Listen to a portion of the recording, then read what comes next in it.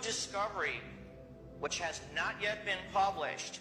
It relates directly to the black communities across America.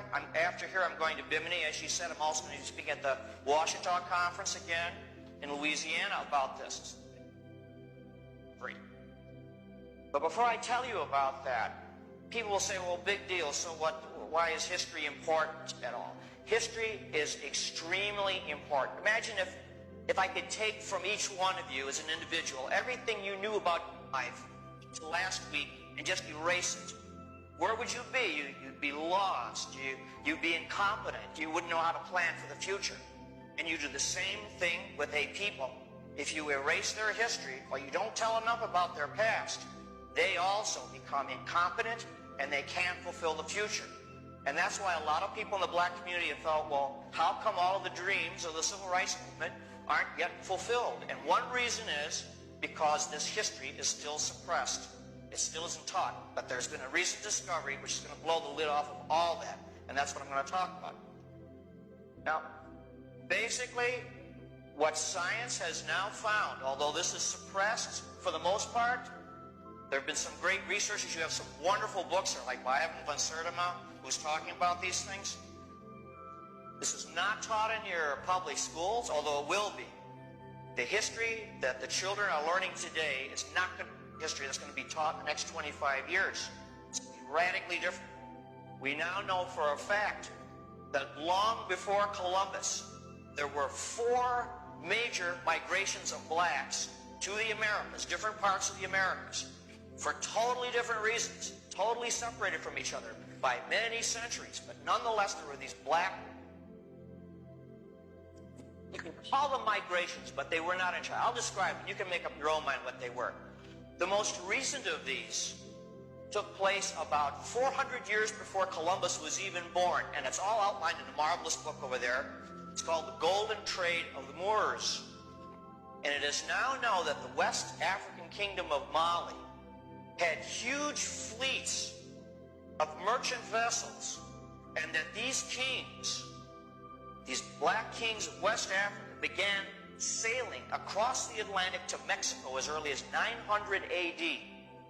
Now, why did they do that? They did that for trade, not for conquest or invasion. They did this for trade. Mali was very wealthy in gold. They had lots of minerals. Some of the black kingdoms, they were called the Yoruba or the Benin. They were great workers in bronze. But the trouble with West Africa, and it's still a trouble today, not enough food, famine. Somehow, the black kings of Mali had preserved this tradition long before, where there was this kingdom across the sea, a totally different one. It was very hard to reach. You needed to have excellent ships and good sailors, and nobody in Europe was doing it at this time. But if you cross that sea, this other kingdom across the Atlantic was very rich in a certain kind of food, which the people over there called maize. We now call corn. And these West African kings launched at least 2 major fleet trading ventures that went across the Atlantic 900 AD to about 1600 AD. And they brought over their bronze work, and they taught the Mexican people, the ancient Mexican people, who were then known as the Mayas. The Mayas had built up a great kingdom of their own, but in 900 AD they were in decline. They were really on the outs. Nobody knows exactly why, but their society was in decline. They were losing all their technology. Then these black fleets came across from West Africa, from Mali, and they presented a lot of gold work, bronze work, and in return, they came back with shiploads of corn, maize. Now, we know for sure that this actually happened because very recently, you'll see in the next issue of our magazine, not this issue, the next issue is coming out in about 2 weeks. This is part of it. The discoveries are happening so fast and furious, it's hard to keep track.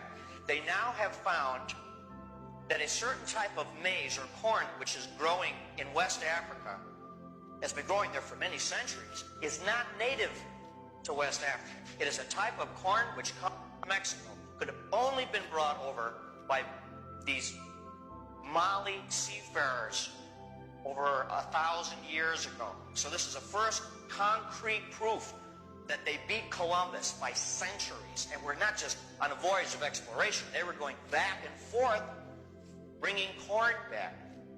Now, why do we know about that?